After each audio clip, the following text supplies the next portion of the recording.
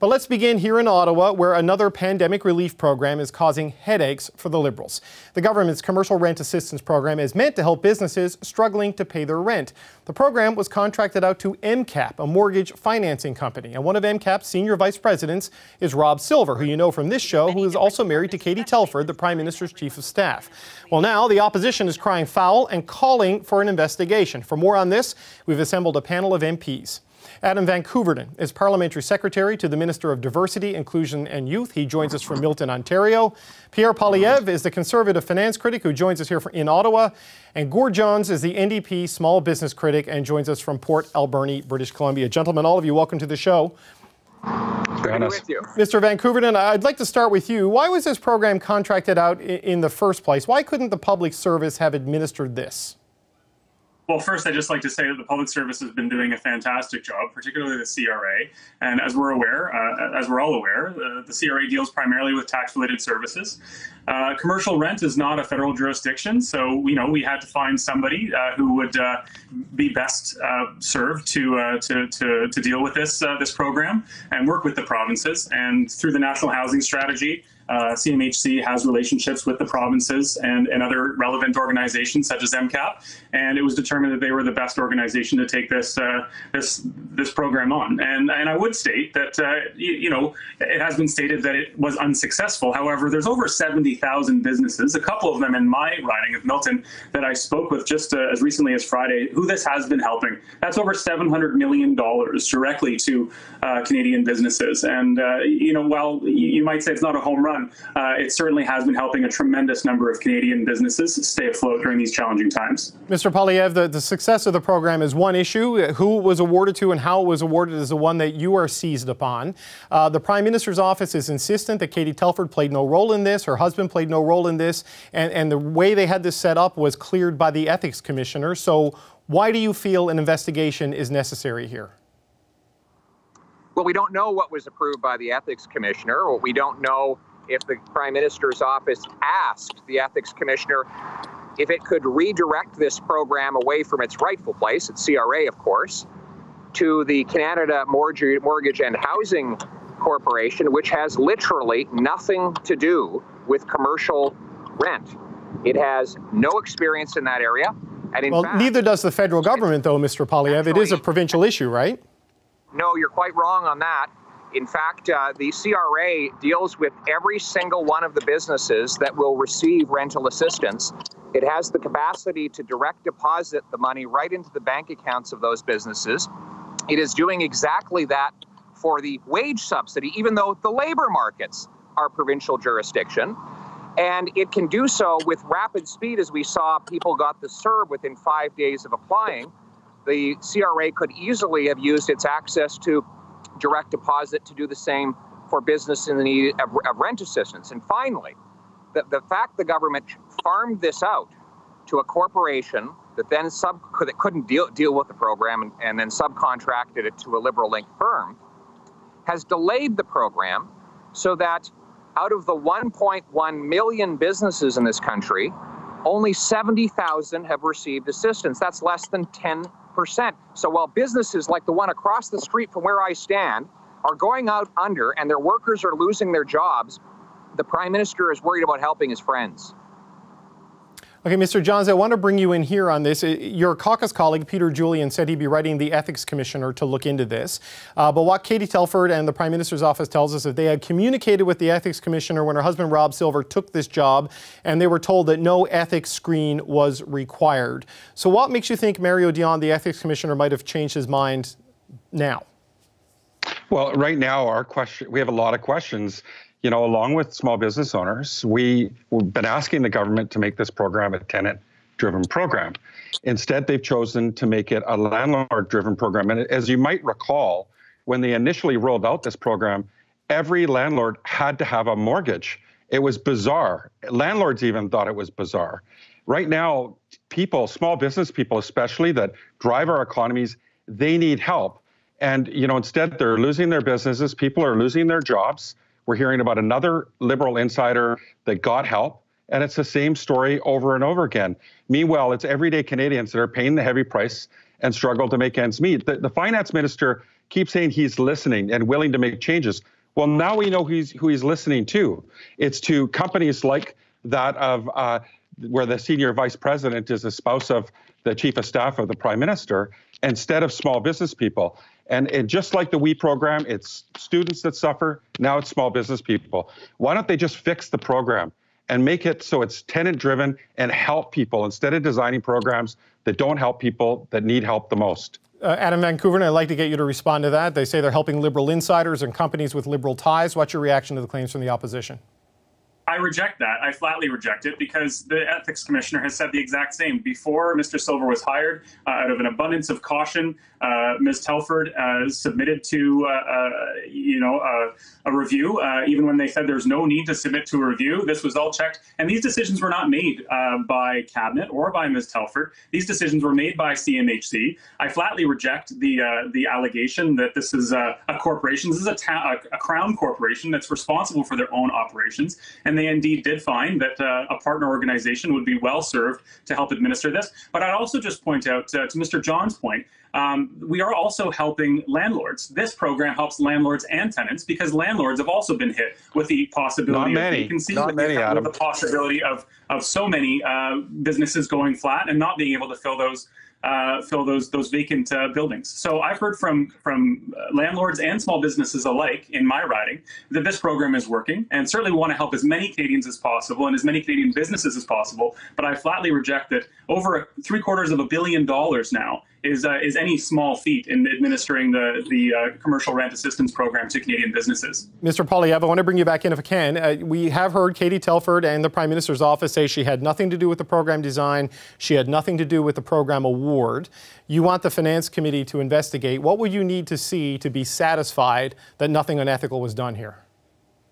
Well, first of all, maybe it's just a big, fat coincidence that the spouse of the Prime Minister's Chief of Staff gets hired in January by this company, and then the Prime Minister's government gives that company up to an $80 million contract just 4 months later. Maybe it's just a big fat coincidence that instead of housing this program in CRA where it belonged and where other similar programs are, they gave it to a Crown corporation that could not to administer it and would have to contract it out, and then decided to contract it to a company whose vice president is married to the Prime Minister's Chief of Staff. Maybe these are all big coincidences, but we'd sure like to bring in the officials and ask the questions and find out why they made so many disastrous decisions that have led to delays, massive administrative costs, and small businesses going under. So, Mr. John, same question to you. What would satisfy you that the rules were followed here and everything was above board? Well, I don't think we'd be asking all these questions if the program actually was delivering results to people. I disagree completely with what Adam's saying. If he thinks 10% is a success rate in delivery of a program, I mean, what do they look like as a bad delivery of a program? 5%, 2%? But I mean, this is unbelievable. I mean, all he has to do is walk down Main Street in his community and ask people how it's going. And he'll hear that most landlords aren't applying. And those that do, very few get through this rigorous process to get accepted by it. Everybody can connect the dots. This doesn't add up. We wouldn't be asking all these questions if we felt there was reason to ask it. They need to fix the program, make it tenant-driven, and help the people that need help the most. We can't afford to lose literally thousands and thousands of businesses. If the finance minister's listening, he should be listening to small business people in his community. They want it to be a tenant-driven program. They need to fix the program. Okay, I wanted to give the last word to Adam Van Koeveren because he's outnumbered, but he also appears to be offline, so I can't do that. So I'm going to thank you all for your time. I want to thank Adam Van Koeveren. Are you offline? I'm right here. Oh, there you go. Sorry, Mr. Van Koeveren. It looked like we lost you. I wanted to give you a chance to respond to those final points from Mr. Poilievre and Mr. Johns. If I could. Thank you very much. And to Mr. John's point, I have walked down Main Street, and I have walked down Main Street and talked to many of the businesses in my riding, and they have said that there are difficulties. But every time we add rigor to a program, one side complains. When we remove rigor from a program, the other side complains. You can't have it both ways. And I would just point out to Mr. Poilievre's We won't be complaining if people get the help they need. I would just point out that the type of baseless allegations that Mr. Poilievre keeps making about our government is one of the things that's fueling the type of action that we saw at Minister McKenna's office today. I would beg him to please provide good, constructive criticism when necessary, but the baseless allegations, these assumptions and the rhetoric that there's always a scandal is one of the things that's fueling a lot of the difficulty that people are experiencing. And I would just ask for more truth. Okay, I had to let Mr. Poilievre respond to that. Mr. Poilievre, go ahead. Well, that's disgusting. Our job is to hold this government to account. They shoveled $500 million to an organization that had paid the Prime Minister's family $500,000 and gave an illegal $41,000 vacation to the Finance Minister. They then gave another contract to a company whose vice president is married to the Chief of Staff. This is the behavior of their government, and they can expect that our opposition is going to hold them to account for it, and we're not going to be intimidated into silence. Okay, An account is fine, but the baseless allegations and the speculation needs to stop. What is false that I said? Give me an example. You said maybe. You said maybe like 4 times. You said maybe this is true. Maybe it's a coincidence. Those are speculations, Mr. Poilievre, and that's what's driving a lot of this. You can't name a single example of a false statement I've made because everything I've said is factual. And it's not hard to speculate, Adam. I accuse you of speculation, baseless speculation. That's what statement. Okay, I have to jump in with a true statement that we are out of time. I want to thank you all for your time. Adam Van Koeverden, Pierre Poilievre, and Gord Johns. Gentlemen, thank you very much. Okay, so we've heard now from the MPs. Now we're going to hear from an expert in ethics. Andrew Stark is a professor of strategic management and political science at the University of Toronto. Professor Stark previously served as a policy advisor to Prime Minister Brian Mulroney, and he joins me now from Port Rexton in beautiful Newfoundland and Labrador. Professor Stark, I want to start with the big question. From what we know so far, do you see a conflict of interest here? From what we know so far, it's not possible to answer that question. There are 3 issues as far as I can tell. One is whether Ms. Telford was involved in the design of the commercial assistance program, the rent assistance program, in any way, shape, or form. Apparently, she has said that she wasn't, but that's one question. The second is if she was involved, whether she had any reason to believe that private sector involvement would be required. And the third is whether she knew, or whether it's the case, that there were only very few companies that could serve that purpose, private sector companies. If all 3 of those things say yes, then there is a serious conflict of interest, it would seem. But if the answer to any of them is no, then there isn't. There are little factoids out in the public domain.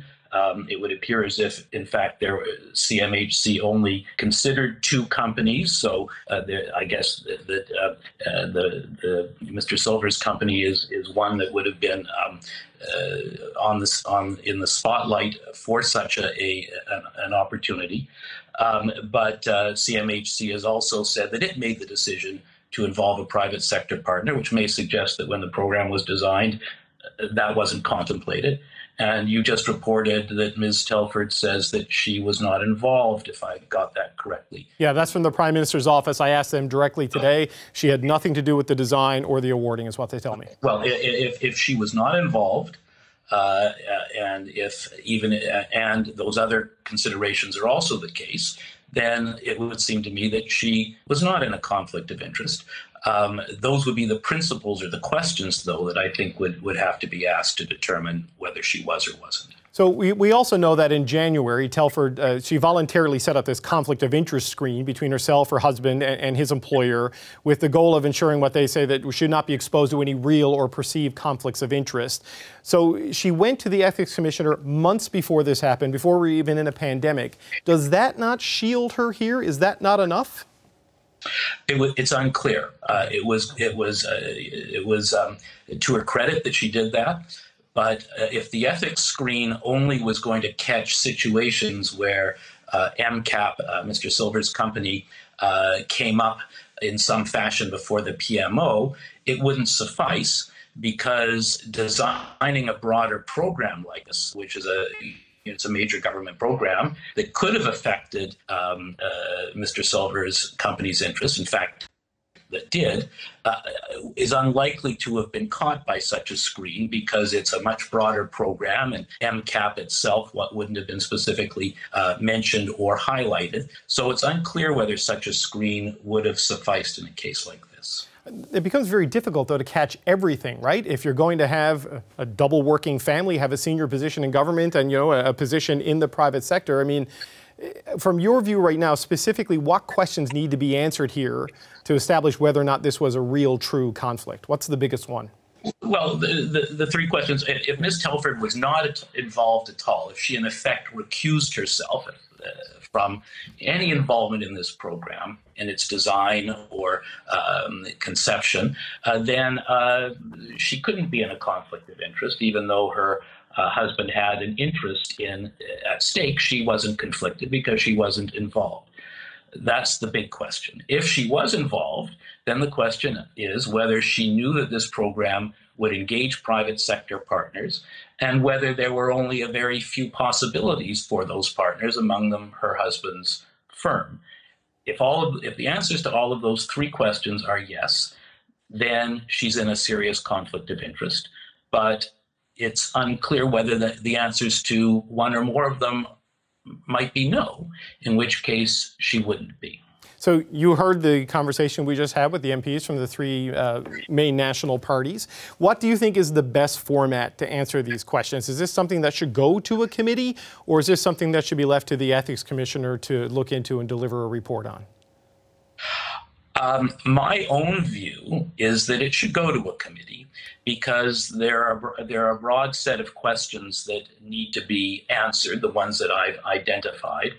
And this is my own view. I think that the Conflict of Interest Commissioner tends to interpret the law in a narrow way and in ways that I think are questionable on occasion.